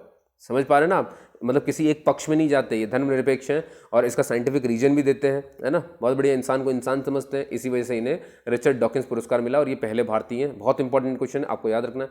और स्पंदन इस कैंपेन मैंने आपको बता दिया दोस्तों, पुलिस कर्मियों के लिए चल रहा है, तो पूछा ही जाएगा स्पंदन कैंपेन का संबंध किससे है, तो आप अच्छे समझते ही हैं। फतेह मैंने बता दिया ना आपको, मिशन फतेह कहाँ है? पंजाब में चल रही है। कोविड-19 की जानकारी देने के लिए स्पंदन छत्तीसगढ़ में चल रही है। पुलिसकर्मियों के बीच मानसिक तनाव और अवसाद को जांचेगी, है ना, क्योंकि 50 पुलिसकर्मियों ने आत्महत्या कर ली थी और अपने एक दूसरे पे आक्रमण कर रहे थे, ठीक है। और हिमाचल प्रदेश ने क्या चलाया? पंचवटी योजना। क्यों भैया? उसके तहत वो पार्क डेवलप करेगा, अपने बूढ़े लोगों को जो है उनके स्वास्थ्य का ध्यान रख रहा है, इस तरह से काम करेगा। और अब आ जाते दोस्तों जो आपको सबसे टफ क्वेश्चंस लगते हैं। महाराष्ट्र का एक स्टार्टअप है, सब जगह स्टार्टअप चलता है, राज्य में भी स्टार्टअप चला। उनका स्टार्टअप जिसका नाम है पीएनटी सॉल्यूशन, ये कंपनी समझ लो आप, पीएनटी सॉल्यूशन ये स्टार्टअप है, कुछ बच्चों ने, कुछ लड़कों ने मिलकर के पीएनटी सॉल्यूशंस बनाया है। लेकिन कमाल क्या हो गया, पीएनटी सॉल्यूशंस ने क्या किया, कोविड-19 के रोगियों का इलाज करने वाले अस्पतालों की ज़रूरतों को पूरा करने के लिए एक इंटरनेट नियंत्रित रोबोट बना दिया। उस रोबोट का नाम बताओ दोस्तों। रोबोट का नाम तो ठीक है, आप पता चल जाएगा, मैं आपको पहले इसका काम बता देता हूँ। ये क्यों कर रहे थे, पीएनटी सॉल्यूशंस इतना फेमस क्यों हो गया है अभी? ये महाराष्ट्र में, सबसे पहले तो याद रखिए, इसके अंदर जो बंदे पीएनटी सॉल्यूशंस वाले, इनने ये देखा कि भैया जो डॉक्टर है, जो नर्स है, जितने भी कोविड-19 के पेशेंट हैं उनसे डायरेक्ट कांटेक्ट में आते हैं। और आपने देखा है कई सारे डॉक्टर नर्स तो हमारे इस चक्कर में मृत्यु को भी प्राप्त हो गए, क्योंकि उनको भी कोरोना हो गया इलाज करते करते। पीएनटी सॉल्यूशंस के बंदों को ये लगा कि यार अगर मैं इनका कांटेक्ट खत्म कर दूं तो भाई इनका इलाज भी हो जाए, और हमारे डॉक्टर जो बेचारे इतने एक्सपीरियंस हैं, इतने सारे साल लगाते हैं और ये यूं ही आसानी से मर जाएंगे, तो फिर कैसे काम चलेगा? तो इन बंदों ने क्या किया, क्यों ना मैं एक रोबोट बना दूं। तो इन लोगों ने एक ऐसा रोबोट बना दिया जिसमें कैमरा लगा हुआ है और स्पीकर लगा हुआ है। अब ये रोबोट जो है मरीजों को दवाइयाँ देता है जाकर के उनके वार्ड में, और उनको खाना देता है, और उनसे बात कर सकते हैं इसमें लगे हुए स्पीकर के थ्रू। जितने भी डॉक्टर्स हैं एक चेंबर में बैठे हुए हैं, कैमरा इसमें लगा ही है, तो कैमरे से देख भी लिया और बात भी कर ली, कैसा है, क्या लग रहा है, दुनियादारी समझ पा रहे हैं। तो दवाइयाँ खाना देने के लिए हो गया। तो इससे क्या हुआ दोस्तों, इससे ये हुआ कि अब डायरेक्ट कांटेक्ट नहीं आ रहा, अब हमारे डॉक्टर सेफ है। समझ गया ना? तो याद रखिए पीएनटी सॉल्यूशंस की एक खोज है। तो इस रोबोट का आखिर नाम क्या है? इसी का नाम है कोरोबॉट। कोरोबॉट है, बहुत ध्यान से देखिए, कोरो फिर बीच में गैप और फिर बॉट। आपके पास ऑप्शन आ सकते हैं, corona bot, corona robot. Clear है ना? तो इस तरह से याद रखिए, ऐसे बहुत सारे कंफ्यूजन आपको होंगे, तो बिल्कुल याद रखो, कोरो पहले बॉट बाद में। ये रोबोट का नाम है। कोरो रोबोट क्या कर रहा है दोस्तों? याद रखो, ये इलाज नहीं कर रहा है, सिर्फ नर्स और डॉक्टर को दूर करने का एक यंत्र है, एक ऐसा रोबोट जो दूसरों को खाना देने में, पेशेंट को खाना देने में काम आ रहा है ना, इससे डायरेक्ट कॉन्टेक्ट बच रहा है, दवाइयाँ देने काम आ रहा है, बस इतना ही। ठीक है, चलिए बढ़िया, आगे चलते हैं। कोरोबॉट। चलिए अगला है, केंद्र सरकार ने अभी जय जेटली की अगुवाई में एक समिति बनाई। ये एक मंत्री हैं जय जेटली, तो इनको लेकर के एक समिति बनाई है। समिति में 10 मेंबर रखे गए हैं। इस समिति का काम क्या है, क्यों बनाया गया है, केंद्र सरकार ने ऐसा क्यों बनाया जय जेटली के में? तो ये क्या काम करने वाली है दोस्तों? ये काम करेंगे, महिलाओं के विवाह की जांच करेंगी, है ना, और उनके मातृत्व की जांच करेंगी। बिल्कुल याद रखिए, महिलाओं के विवाह की जांच और उससे जुड़ा हुआ मातृत्व। कैसा भाई? जैसे शिशु मृत्यु दर कितनी है, मातृ मृत्यु दर क्या है, और कुल प्रजनन दर, इन सब का आकलन करेगी ये कमेटी। क्या है? ठीक है, तो मेन आपको याद रखना है कि जय जेटली की अगुवाई में 10 मेंबर के साथ कमेटी बनी है। महिलाओं के विवाह और प्रजनन, मृत्यु दर, शिशु मात्र, ये सब देखने का, उनका आकलन करने का उनका काम है। अब अगला इंपॉर्टेंट क्वेश्चन है, किसको उत्तराखंड की नई ग्रीष्मकालीन राजधानी बनाया गया है? उत्तराखंड की राजधानी आप सभी जानते हैं देहरादून है। ये मैं बात कर रहा हूँ ग्रीष्मकालीन राजधानी किससे बनाया गया है। बहुत समय से ये बात चल भी रही थी, है ना। तो अभी अभी जो उत्तराखंड के राज्यपाल हैं, है ना, राज्यपाल हैं बीबी रानी मौर्य, उन्होंने घोषित कर दिया कि भैया आज से नई ग्रीष्मकालीन राजधानी जो होगी वो होगी भराड़ीसैंण और गैरसैंण। और नहीं, मतलब उसी को कहते हैं भराड़ीसैंण गैरसैंण। ये कहाँ है दोस्तों? ये उत्तराखंड का एक जिला है, पहाड़ी जिला चमोली। उस चमोली जिले में आता है भराड़ीसैंण गैरसैंण, है ना। वहाँ इस जगह को अब जो है उत्तराखंड की नई ग्रीष्मकालीन राजधानी बनाया गया। तो राज्यपाल याद रखिए बेबी रानी मौर्य। और बना कब था उत्तराखंड? 2000 में उत्तर प्रदेश से अलग हो गया था। इसी टाइम पे एमपी से सीजी अलग हो गया था, तो सीजी अलग नया बना, उत्तराखंड भी नया बना, 2000 में ही दोनों बने। ठीक है, तो आपको याद रखना भराड़ीसैंण गैरसैंण ये नई ग्रीष्मकालीन राजधानी है किसकी? उत्तराखंड की। दोस्तों अर्पित क्या है ना। अब आप कंफ्यूज मत होइएगा कहीं पर भी। आपने अभी अभी सुना है रोबो, कौन सा? कोरो रोबो, है ना, कोरोबॉट सुना आपने। कोरोबॉट क्या कर रहा है दोस्तों? ये इलाज नहीं कर रहा है, दवाइयाँ दे रहा है, खाना दे रहा है। ठीक है, ये बात याद रखिएगा। अब मैं ये क्यों रिपीट किया आपको समझ में आ जाएगा। अर्पित क्या है? अर्पित दोस्तों इंडियन एयरफोर्स ने, आपने सुना ना अभी मोदी जी लगातार बोल रहे हैं भैया बाहर से मत लो, बाहर से मत खरीदो, है ना, चाइना बॉयकॉट ये सब चल रहा है, तो फटाफट से भयंकर तरीके से। तो उनने एक अभियान शुरू किया था, आत्मनिर्भर। खुद बनिए, अपने यहाँ के सामान को उपयोग करिए और उससे बनाइए। इसे कहते हैं आत्मनिर्भर होना, दूसरे पर निर्भर मत रहिए। ठीक है, तो इंडियन एयरफोर्स ने कमाल कर दिया। उन्होंने आत्मनिर्भर अभियान का इस्तेमाल करते हुए अपने ही देश का सामग्री इस्तेमाल की है और बना दिया अर्पित। अर्पित का मतलब क्या है दोस्तों? अर्पित का मतलब है एयरबॉर्न रेस्क्यू, ये देखिए बचाओ पॉड है ना, airborne rescue pod for isolated, I for isolated transportation, ठीक है। ये इन्होंने बनाया है, अर्पित नाम दिया है इसे, इंडियन एयरफोर्स ने बनाया इसे।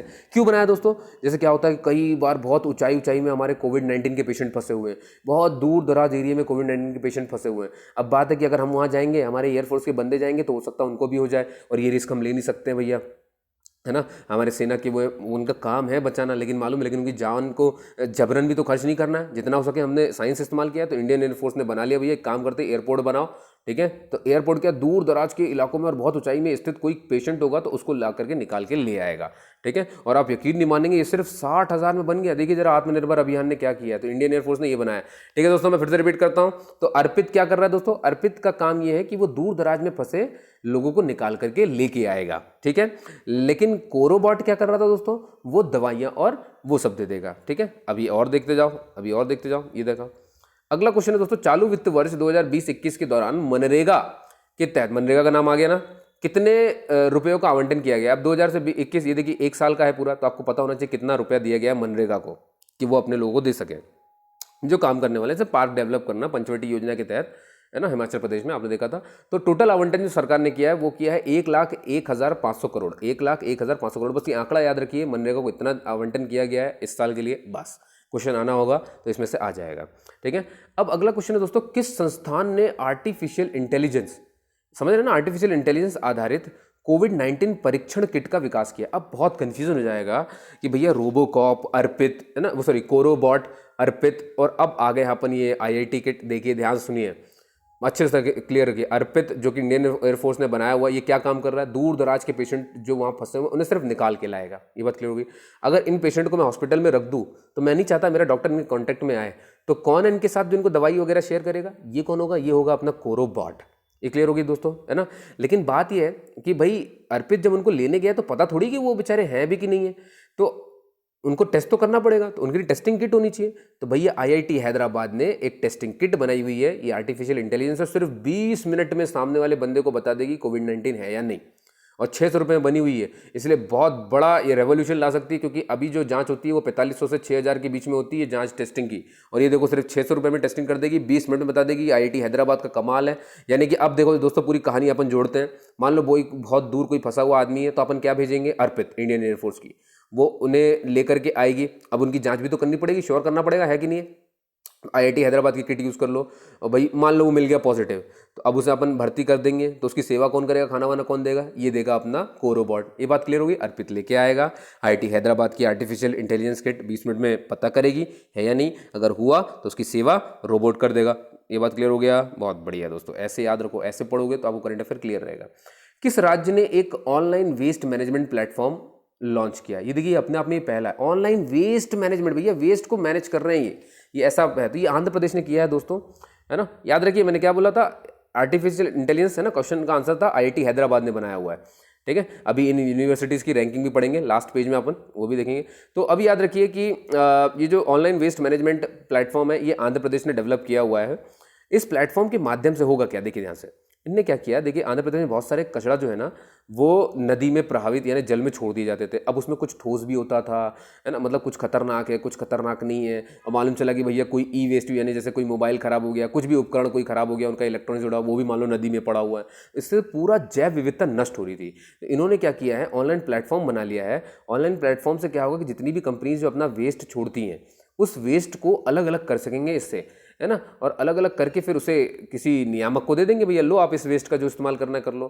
तो इनने क्या किया, खतरनाक पोर्शन अलग, यानी जो खतरनाक कचरा है वो उसका अलग कॉलम है, जो खतरनाक नहीं उसका अलग कॉलम है, और जो ई वेस्ट है, इलेक्ट्रॉनिक वेस्ट, उसका अलग कॉलम है।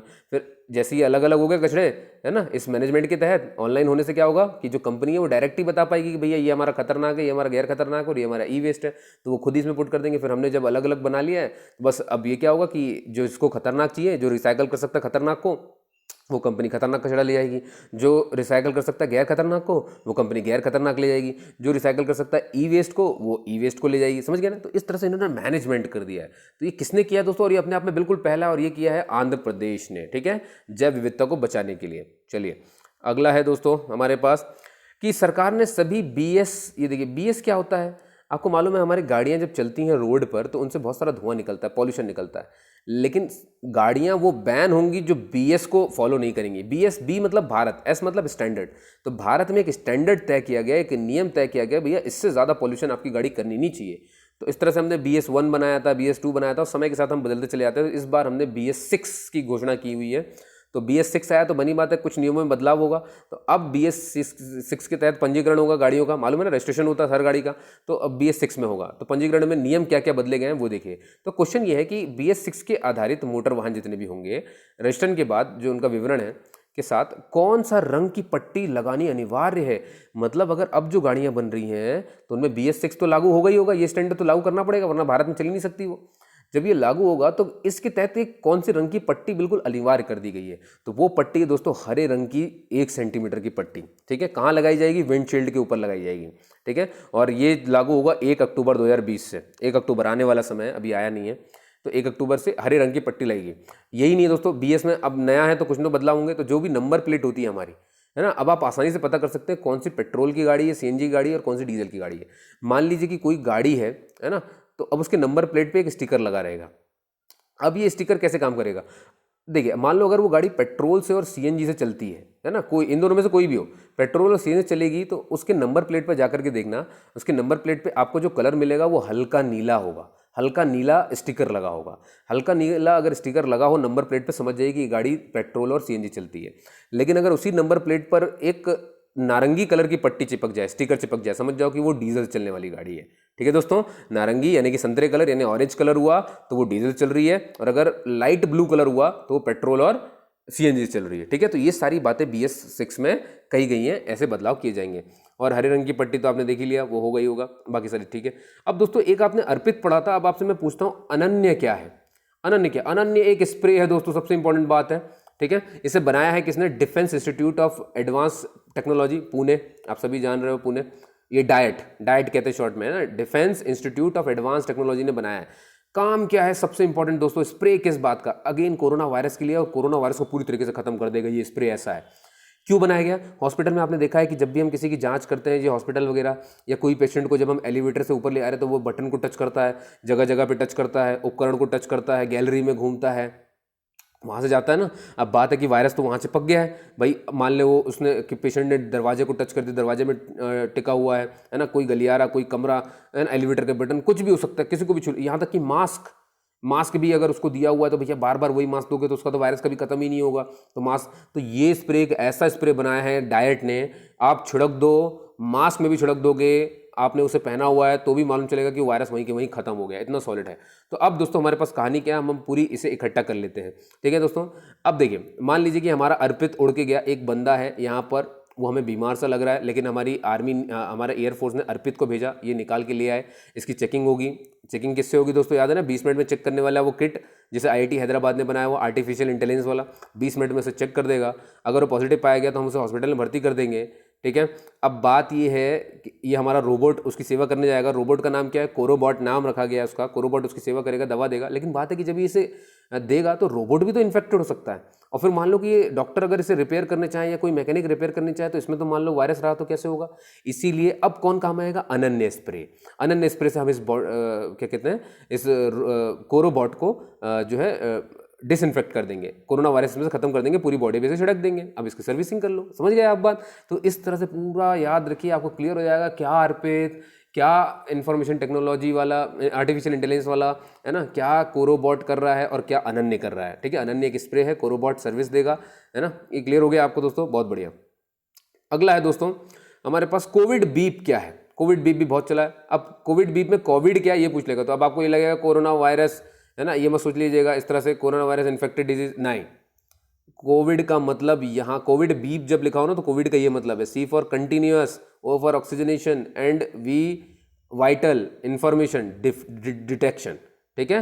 ये है भैया कोविड बीप में, कोविड का ये मतलब है। हर बार कोरोना कोरोना ही मत करते चले आना। और बीप का मतलब भी मैंने लिख दिया, बायोम्ड आइसिल, आइसिस वो वाली नहीं, आतंकवादी नहीं है ना, आइसिस ये हमारी यूनिवर्सिटी भी है, आइसिस पॉड है, ठीक है। तो ये पूरा फुल फॉर्म मैंने यहाँ पे लिख दिया, एक बार इसे और देख लीजिएगा।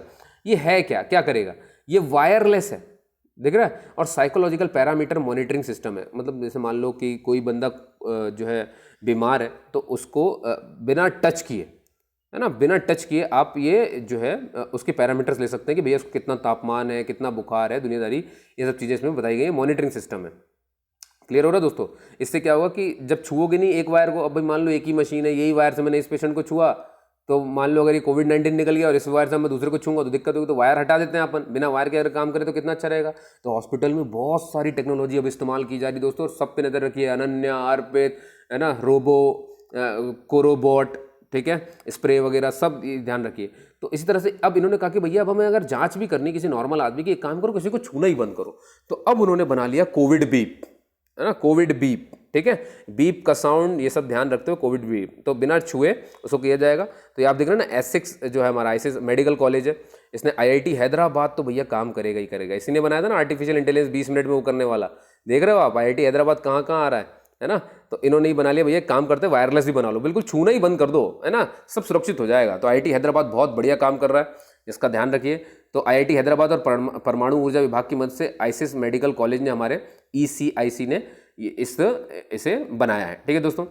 और वर्ल्ड ओशन डे हम कब बनाते हैं? 8 जून को बनाते हैं, तो आपको ऐसे ही पता होगा। 7 को हमने क्या बनाया था? अभी 7 को हमने बनाया था दोस्तों फूड सेफ्टी डे, और अब फिर ओशन डे, ठीक है। तो ओशन की भी सुरक्षा कर लो, ऐसा है। अगला है क्वेश्चन कि वर्ल्ड एक्रीडिटेशन डे कब मनाते हैं? तो वर्ल्ड एक्रीडिटेशन का मतलब क्या होता है? इसका मतलब होता है प्रमाणन, आधिकारिक मान्यता, मतलब आपको किसी चीज़ को मान्यता देने के लिए, मान्यता देने का दिन है ये, कि भाई इसको भी हमने मनाया कि हमने किसी चीज़ को आधारिक मान्यता दी, प्रमाणन दिया, तो इसको भी मनाना शुरू कर दिया। वर्ल्ड एक्रीडिटेशन डे है, ये कब मनाया जाता है दोस्तों? ये मनाया जाता है 9 जून को। इसकी थीम क्या रखी गई है? इसकी थीम इस बात की रखी गई है, एक्रीडिटेशन इम्प्रूविंग फूड सेफ्टी, ये भी फूड सेफ्टी के लिए है, ठीक है दोस्तों। अभी तो मैं आपको एक प्राइज भी पढ़ाऊंगा फूड सेफ्टी से जुड़ा हुआ, वो भी देखिएगा किसको मिला है, ठीक है। तो वर्ल्ड ओशन डे 8 जून को, और 9 जून को वर्ल्ड एक्रीडिटेशन डे, ठीक है। बाकी तो आपको क्लियर ही हो गया होगा। अच्छा, ये अगला है हमारे पास दोस्तों, पूनम अवलोकन। ये सर्वे किससे संबंधित है? ये संबंधित है दोस्तों शेरों से, एशियाई शेरों से, है ना। पूनम अवलोकन, इसमें शेरों के बारे में, मतलब एशियाई शेरों की गणना की जाती है इसमें। तो गुजरात में जो एशियाई शेर है वहाँ से जुड़ा हुआ है, ध्यान रखिएगा। पूनम अवलोकन गुजरात, है ना, वहाँ पर चला। तो पूनम अवलोकन गुजरात के एशियाई शेरों की संख्या बताता है, और इसमें बताया गया है कि 28.87% जो है उनकी बढ़ गई है। तो पहले इतने शेर थे एशियाई 523, और अब हो गए 674। बस याद रखिए, पूनम अवलोकन एशियाई शेरों की जनगणना से जुड़ा हुआ है, ठीक है। और आंकड़ा पूरा पूछा जाए गुजरात में एशियाई शेरों का, तो 28 बता दीजिए, फिर 523 से इतना बढ़ गया ना, 28% बढ़ गया इसमें, तो इतना ही आएगा। ये बात क्लियर हो गया, चलिए बढ़िया। अगला दोस्तों कि किस राज्य ने रोजगार सेतु पोर्टल लॉन्च किया है? रोजगार सेतु पोर्टल ये मध्य प्रदेश ने जो शुरू किया है दोस्तों। ये रोजगार से दिख रहा है ना, रोजगार, आपको मालूम है जितने भी प्रवासी श्रमिक हैं, मजदूर हैं, वो दूसरे राज्य से निकल करके यहाँ आ गए, बहुत परेशान हुए बेचारे। तो अब जब वो यहाँ रह रहे हैं और कहीं जाना नहीं चाहते हैं, तो जब वो यहाँ आए तो होगा क्या कि भाई इनके पास कला है, बेरोजगार तो रहना नहीं है, खाना पीना तो नहीं भी पड़ेगा, है ना। तो अब कैसे खाएंगे पिएंगे जब उनकी नौकरी के बारे में किसी को जानकारी नहीं होगी? तो मान लो भाई किसी ठेकेदार को ज़रूरत है, भाई ईंट उठाने वाला बंदा चाहिए, ट्रक चलाने वाला बंदा चाहिए, है ना, ये मशीन चला सके, वो मशीन चला सके, ये कर सके, वो कर सके। तो अब ये जो नए आ रहे हैं इनके बारे में तो कोई जानकारी नहीं होगी। जो ठेकेदार को भाई लोकल के बारे में जानकारी होती है, लेकिन जो बाहर काम कर रहे हैं तो उनकी जानकारी नहीं होती। तो उनकी जानकारी अगर हम एक नेट पे डाल दें, एक पोर्टल पे, तो कैसा रहेगा? तो ये प्रवासी भारतीय जो प्रवासी श्रमिक हैं, वो जो आ रहे हैं वापस लौट के, तो मध्य प्रदेश ने एक पोर्टल बना दिया है। इसमें सबकी भाई लिख लिया, एंट्री कर दी कि भाई ये बंदा इतने साल तक ये काम कर रहा था, ये बंदा इतने साल तक ये काम कर रहा था। अब किसी भी ठेकेदार को, किसी भी कंपनी को इनकी जिस काम की ज़रूरत है वो इस पोर्टल पे आएगी और देखेगी, अच्छा ये व्यक्ति है, बस हायर कर लिया, समझ गए। तो याद रखिए, रोजगार सेतु पोर्टल प्रवासी श्रमिकों के लिए बनाया गया है। अगला सवाल है दोस्तों, कोविड-19 की त्वरित जांच के लिए, अब देखो सबसे इंपॉर्टेंट, फिर से देखो, तुरंत जांच के लिए ये अलग है ना। यूपी के सीएम आदित्य योगी नाथ ने मशीन को कहा है कि पूरे राज्य के सब जिले में बिल्कुल कंफर्म, तो 75 जिले हैं वहाँ यूपी में, आपको पता है ये बात, है ना। तो वहाँ पर उन्होंने कौन सी मशीन को उपलब्ध कराने की बात कह दी है जो तुरंत जांच कर दे? तो वो है दोस्तों ट्रूनेट मशीन, ठीक है। एक आर्टिफिशियल इंटेलिजेंस मशीन है जो आईआईटी हैदराबाद ने बनाई हुई है, 20 मिनट में जांच कर देती है।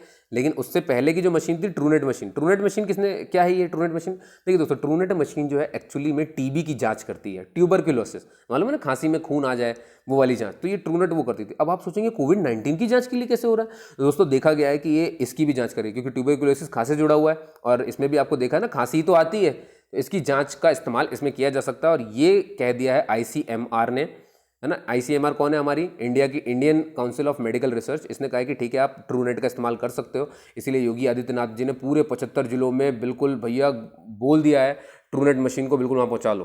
ठीक है, तो याद रखिए ट्रूनेट मशीन दोस्तों टीबी की जांच करती है, लेकिन अभी इस्तेमाल हो रही है कोविड-19 के लिए, बस इतना ध्यान रखिए। ठीक है, चलिए अब बात कर लेते हैं तो लास्ट में कुछ रैंकिंग की।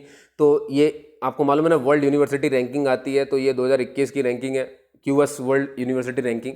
इसमें भारत का क्या स्थान है, वर्ल्ड की रैंकिंग होगी तो बनी बात है वर्ल्ड में नंबर 1 कौन सी यूनिवर्सिटीज़ है, पहले ये देख लीजिए। मैंने 4 लिख के रखी हैं आपके लिए, क्योंकि 3 से ज़्यादा पढ़नी नहीं होती है, फिर भी बता दिया मैंने आपको। नंबर 1 यूनिवर्सिटी इस दुनिया की है वो है MIT, यानी कि मैसाचुसेट्स इंस्टीट्यूट ऑफ टेक्नोलॉजी, है ना, MIT। दूसरी सेकंड नंबर है स्टैनफोर्ड यूनिवर्सिटी, थर्ड नंबर की हार्वर्ड यूनिवर्सिटी। ये तीनों यूनिवर्सिटी आपने सुनी होंगी, नहीं सुनी है तो सुन लीजिए। और चौथे नंबर पे कैलिफोर्निया यूनिवर्सिटी ऑफ टेक्नोलॉजी। ठीक है, याद इतना रखना है कि सबसे नंबर 3 कौन कौन से, MIT, स्टैनफोर्ड, हार्वर्ड, ये वर्ल्ड की है। इंडिया में नंबर 1 कौन सी निकली इसमें, तो इंडिया के हिसाब से नंबर 1 रही IIT बॉम्बे। ठीक है, और फिर रहा IISc बेंगलुरु सेकंड नंबर, और थर्ड नंबर है IIT दिल्ली। ठीक है, इंडिया के हिसाब से नंबर 1 IIT बॉम्बे, लेकिन वर्ल्ड में इसकी रैंकिंग क्या है, 172। समझ रहे हैं कितनी, देखो जरा कितने नीचे हैं हम अभी। IISc बेंगलोर IIT इंडिया में सेकंड है, लेकिन वर्ल्ड में 185वां रैंक है इसका। और IIT दिल्ली इसका इंडिया में रैंक कितना है, 193। ठीक है, सॉरी इंडिया में थर्ड है और वर्ल्ड में 193 है। ठीक है, IIT बॉम्बे, IISc बेंगलुरु और IIT दिल्ली। क्लियर दोस्तों, याद रखिएगा इनको, है ना। IIT बॉम्बे इंडिया की पहली और MIT दुनिया की पहली। किसे 2020 का वर्ल्ड फूड प्राइज, मैंने कहा था ना अभी बताऊंगा फूड प्राइज भी किसी को मिला, तो ये मिला रतन लाल साहब को, याद रखिए वर्ल्ड फूड प्राइज मिला है। और ये भारतीय अमेरिकी मृदा वैज्ञानिक हैं, है ना, मिट्टी की जांच करने वाले मृदा वैज्ञानिक है। क्यों मिला इन्हें भैया, इन्होंने क्या किया है, ऐसा खाद्य उत्पादन किया है, खाने वाली चीज़ें खाद्य उत्पादन किया जो जलवायु परिवर्तन को कम करता है ना, समझ रहे हैं। तो ये बहुत बड़ी है बात, जलवायु परिवर्तन को कम करते हुए खाद्य उत्पादन को बढ़ावा दिया इन्होंने, इसीलिए इन्हें वर्ल्ड फूड प्राइज दिया गया है। और इनका नाम है डॉक्टर रतन लाल, और आपको बिल्कुल याद रखना है, मृदा वैज्ञानिक है ये। अगला दोस्तों, विश्व बाल श्रम निषेध दिवस, बाल श्रम को मना करना, यानी कि world day against child labour. कब मनाते हैं, 12 जून। तो 12 साल के बच्चे से आप मनवा नहीं सकते, इसलिए ऐसे भी ट्रिक से याद रख सकते हो कि 12 साल का बच्चा जो है चाइल्ड लेबर नहीं हो सकता है, तो 12 जून को हम मनाते हैं ये। ठीक है, इस बार की थीम है ना, कभी कभी पूछ ली जाती है, हालांकि इतनी बड़ी बड़ी थीम कभी नहीं पूछी जाती है। छोटी थीम जिसकी होगी वो याद रखिए, जिनकी बड़ी थीम होती है वो कभी आपको याद नहीं रखनी है ना। बहुत रेयर होती है इतनी बड़ी थीम आए, लेकिन फिर भी एक बार पढ़ने में किया जाता है। तो थीम है कोविड-19 की, इस बार की जो थीम है world day against child labour की, वो है कोविड-19 protect children from child labour now more than ever. जितना आपने पहले कभी सुरक्षा नहीं की है, अब सुरक्षा करिए कोविड-19 से, ये रखी गई है इसकी थीम। ठीक है, इसकी शुरुआत किसने की थी, ILO ने की थी, यानी इंटरनेशनल लेबर ऑर्गेनाइजेशन ने 2002 में इसको शुरू किया था दोस्तों। ठीक है, ये याद होगा आपको। चलिए दोस्तों आगे चलते हैं। और ये रहा दोस्तों, अभी आपने जो देखा ये फिर से यूनिवर्सिटी की रैंकिंग है, लेकिन वो QS वर्ल्ड की रैंकिंग थी। अब हम वर्ल्ड की बात नहीं कर रहे, अब इंडिया में भी रैंकिंग होती है अलग अपने इंस्टीट्यूट्स की, इंडिया में सबसे नंबर 1 कौन पे। तो इंडिया की रैंकिंग निकालने के लिए बनी बात है, हमारा मानव संसाधन विकास मंत्रालय आएगा, HRD मिनिस्ट्री आएगी, ह्यूमन रिसोर्स डेवलपमेंट मिनिस्ट्री। तो ह्यूमन रिसोर्स डेवलपमेंट मिनिस्ट्री का, विकास मंत्रालय का NIRF यानी कि नेशनल इंस्टीट्यूट रीजनल फ्रेमवर्क, इसने इंडिया रैंकिंग 2020 निकाली है संस्थानों की, और इसमें ओवरऑल कैटेगरी में नंबर 1 रहा है IIT मद्रास, है ना। और बाकी 2 ये वही हैं जो आपको QS वर्ल्ड में इंडिया के हिसाब से मिले थे। वहाँ पे QS वर्ल्ड में इंडिया की रैंकिंग में सेकंड कौन था, IISc बेंगलुरु, और थर्ड कौन था, IIT दिल्ली, याद है ना QS में भी। लेकिन फर्स्ट वाले में बॉम्बे था। यहाँ पर मानव संसाधन विकास मंत्रालय NIRF की तरफ से IIT मद्रास फर्स्ट पोजीशन में है। ये क्लियर है दोस्तों। चलिए बाकी ये सब बेकार है, इनको नहीं पढ़ना है आपको। अगला क्वेश्चन है दोस्तों, हिमाचल प्रदेश गवर्नमेंट ने हाल ही में गांवों की वरिष्ठ नागरिकों के लिए कौन सी योजना शुरू की। मैंने बताया था आपको हिमाचल प्रदेश में शुरू हुआ है, कौन सी, पंचवटी योजना, है ना, मनरेगा के तहत, याद है ना, पार्क वगैरह विकसित करना, अभी तो बताया था मैंने आपको। चलिए बढ़िया, ये आपने देख लिया था। अगला दोस्तों, और वो बहुत इंपॉर्टेंट है, केंद्र सरकार ने किस वस्तु पर आयात शुल्क, है ना, आयात शुल्क समझ रहे हो, मतलब अगर आप बाहर से, मान लो कि आप चाइना से कोई सामान मंगा रहे हो, तो इस पर ज़्यादा चार्ज लगा दिया है। पहले 10% कुछ चार्ज लगता था, लेकिन अब 25% चार्ज लगा दिया। मतलब अगर उन्हें यहाँ पे सामान बेचना है, तो देख रहे हो आप, समझ रहे हो ना, उनको यहाँ पर सर्विस देने के लिए 25% जो है एक्स्ट्रा देना पड़ेगा। तो इससे क्या होगा, वो हतोत्साहित होंगे, मतलब यहाँ पर फिर वो नहीं बेचेंगे सामान को, समझ पा रहे ना। तो इम्पोर्ट ड्यूटी बढ़ा दी उन्होंने। अब ये किस सामान पर किया गया है, तो याद रखिए दोस्तों, ये बांस पे किया गया, यानी बैम्बू स्टिक। क्यों बांस पे किया गया? क्योंकि भारत सबसे ज़्यादा पूजा करने वाला देश है, आपको मालूम ही है, 33 करोड़ देवी देवता हैं, और हम बिना अगरबत्ती के पूजा नहीं कर सकते। और अगरबत्ती में जो स्टिक लगी होती है वो बांस की होती है, इसीलिए भारत में भयंकर खरीदार। और आप यकीन नहीं मानेंगे दोस्तों, ये चाइना बेचता है हमको, और चाइना को आप इतने पैसे देते हैं इसके थ्रू, समझ गए। और अभी वैसे भी बायकॉट चल ही रहा है, इसको भी ध्यान में रखते हुए, क्योंकि चाइना अपने आप को पावरफुल समझता है, इंडिया की चीज़ों पे, टेरिटरी पे हुक्म जमाता है, तो उसको देखते हुए बहुत सारी चीज़ें अब हम उनके लिए नेगलेक्ट कर रहे हैं, है ना। तो उसी का एक स्टेप ये था कि हमने बांस पर जो 10% ड्यूटी लगती थी वो 25% कर दी है। तो अब चाइना को महंगा पड़ गया यहाँ बेचना, समझ पा रहे हैं ना आप, उनको महंगा पड़ रहा है, वो यहाँ पर बेच नहीं पाएंगे। देखिए 25% का अगर आप बढ़ा दोगे, देखो होगा क्या, अब उनका सामान आया है ना, सरकार ने बोला भाई 25% हमने बढ़ा दिया, मान लो कि वो 100 रुपये का था तो 125 में बेच रहा है। अब 100 रुपये की चीज़ 125 में क्या इंडियन खरीदेंगे? कभी नहीं। इंडियन तो और कम कराने में लगे रहते हैं, तो भारत नहीं बढ़ा दे तो इंडियन खरीदेंगे नहीं। जब इंडियन खरीदेंगे नहीं तो ये वापस जाना शुरू हो जाएंगे, समझ पाए। अब क्या होगा, हमारे पास बांस की कमी थोड़ी है भैया, हमारे पास इतने बांस है कि पूछो मत। तो इनने कहा कि भैया अपने भारत का बना हुआ इस्तेमाल करो ना, तो इसी के तहत है ना, समझिए ना, आत्मनिर्भर बनने की स्थिति में ही ये सब किया जा रहा है। तो मार्केट पर इस तरह से समझ पाए होंगे आप। क्लियर है दोस्तों? तो अगरबत्ती वगैरह सब यहीं बनेगी। तो क्लियर है दोस्तों, ये था हमारा वीडियो 2, है ना। होप्स हो कि आपको ये चीज़ पसंद आई होगी, और आप लोगों ने मुझे सुना दोस्तों, उसके लिए बहुत बहुत धन्यवाद आप सभी का। आपको कोई भी इस टॉपिक से रिलेटेड डाउट हो, है ना, कोई भी दिक्कत हो, तो आप बिल्कुल कमेंट कर सकते हैं, मुझे बता सकते हैं। ठीक है दोस्तों, इसी के साथ दोस्तों मैं साइन ऑफ करता हूँ, और जय हिंद, जय भारत।